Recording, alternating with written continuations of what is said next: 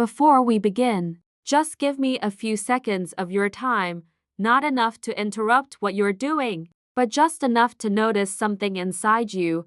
If you are the kind of person who doesn't always speak what they feel, but feels everything deeply, quietly, intensely, then this story is going to stay with you, because some stories don't explode into your life. They settle into it. They move slowly, silently, almost invisibly, until one day, you wake up and realize something inside you has changed and you don't even remember when it happened.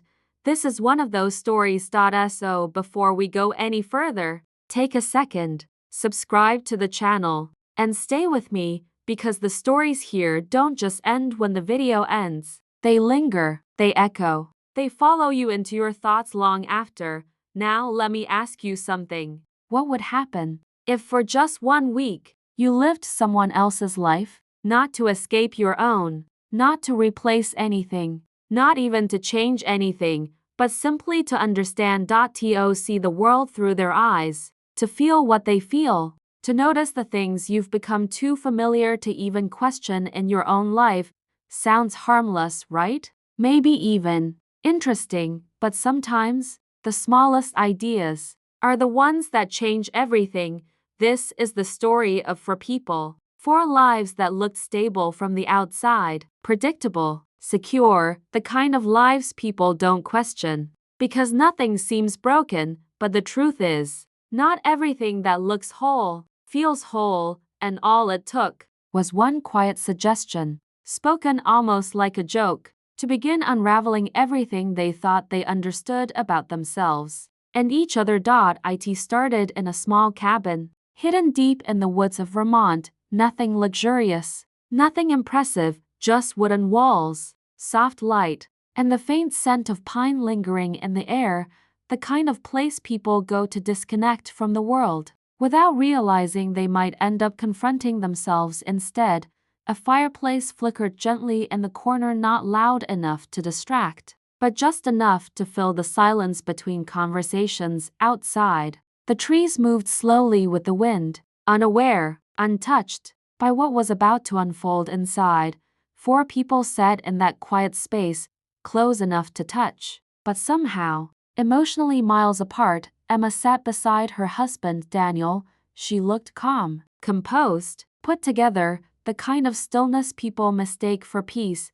But there was something else there, something quieter, something unspoken, a feeling she didn't have words for anymore. I'm here, but not fully. She hadn't always been like that. Over time, without even realizing it, she had learned to speak less, to agree more, to exist instead of feel, not because she chose to, but because it was easier. Across from them, Lily leaned into Mark. She laughed easily, the kind of laugh that fills a room without trying, warm, natural, effortless. Emma noticed it immediately, not with jealousy, but with recognition, because once that used to be her. At first, everything felt normal. They talked about work, about stress, about how time moves faster every year, how weekends don't feel like rest anymore. Just short pauses before everything starts again, safe conversations, predictable conversations, the kind people hide behind when the real ones feel too heavy to touch. And then, without warning, something shifted. Mark spoke, not loudly, not dramatically, just casually, like a thought that slipped out before he could stop it. What if we tried something different, just for this week? The words hung in the air, light in tone, but heavy in meaning. Everyone looked at him. He smiled slightly, almost uncertain. I mean, just to break routine, he added. You know how couples can get stuck sometimes. He laughed softly, but his eyes didn't. Emma felt something tighten in her chest. Lily tilted her head slightly. Different. How? She asked, and just like that, the room changed. There was a pause, not a comfortable silence, not the kind you ignore. This was the kind of silence that makes you aware of your heartbeat, the kind that fills every corner of the room, until even breathing feels too loud. The fire kept crackling, as if nothing had changed, but everything had.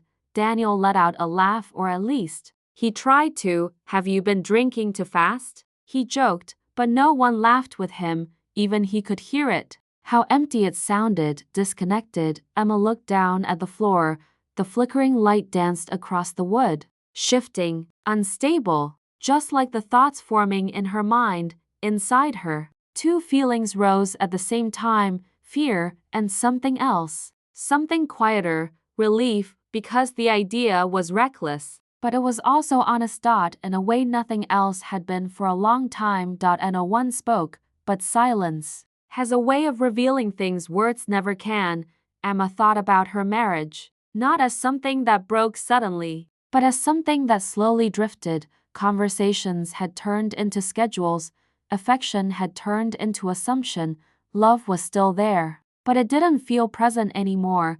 Daniel sat quietly, thinking about responsibility, about pressure, about always being the one who holds everything together, and how no one ever asks if he's tired. Lily thought about laughter, how Mark made her laugh often, but rarely asked the questions that actually mattered, the ones that stay with you at night. And Mark thought about something deeper, something harder to admit, invisibility, the way being dependable slowly turned him into background noise, because sometimes you can be loved and still feel completely unseen. Finally, Emma spoke. Her voice was calm, steady, almost too steady. Maybe this could help us understand each other. Daniel looked at her surprised, not because of the idea, but because of how certain she sounded. Something passed between them, not anger, not love, just distance. Lily hesitated, then said quietly, "Maybe it could remind us why we chose each other in the first place." Mark exhaled slowly, and just like that, the joke stopped being a joke. It became real. They made rules quickly, too quickly. As if moving fast would stop them from thinking too much. And no boundaries crossed, no secrets, complete honesty. But deep down, they all knew something. If they slowed down, they might change their minds. And that night, everything felt heavier, because sometimes the moment you agree to something is the moment everything already begins to change. That night, no one really slept, not fully, not deeply, because even in silence, their minds refused to rest. Emma stood in the bedroom, her suitcase open on the bed. She folded her clothes slowly, carefully, the same kind of clothes she had worn for years. Safe choices, familiar colors, nothing too bold, nothing too different. But tonight, they felt different. Every piece she packed felt like she was stepping away from a version of herself she had quietly become, a version she didn't question. Until now. Daniel stood in the doorway, watching her, wanting to say something, something meaningful, something that could hold the moment together. But nothing came, because sometimes the distance between two people isn't loud. It doesn't come from arguments or anger. It comes from the absence of words that should have been said a long time ago. In another room, Lily wrapped her arms around Mark. She held him longer than usual, tighter. As if her body understood something her mind wasn't ready to admit yet.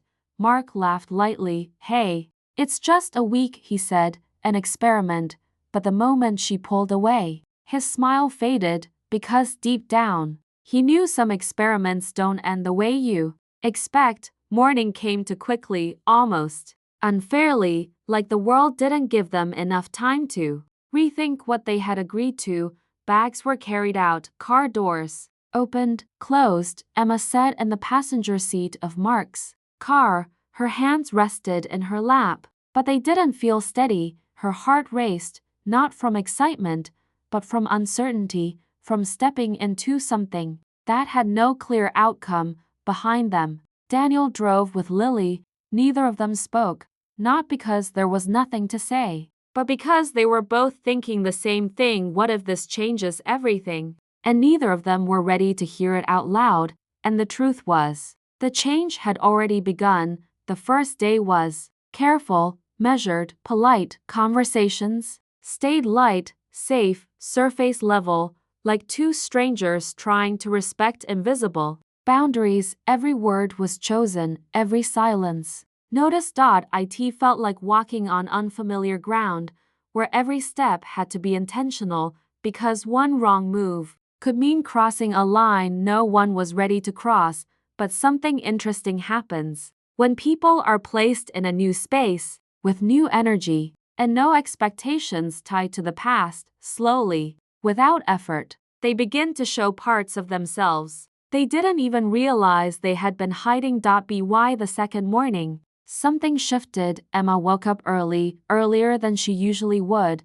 The house was quiet, but it didn't feel empty. It felt light for the first time in years. She didn't feel rushed, didn't feel like she was waking up to responsibilities waiting for her.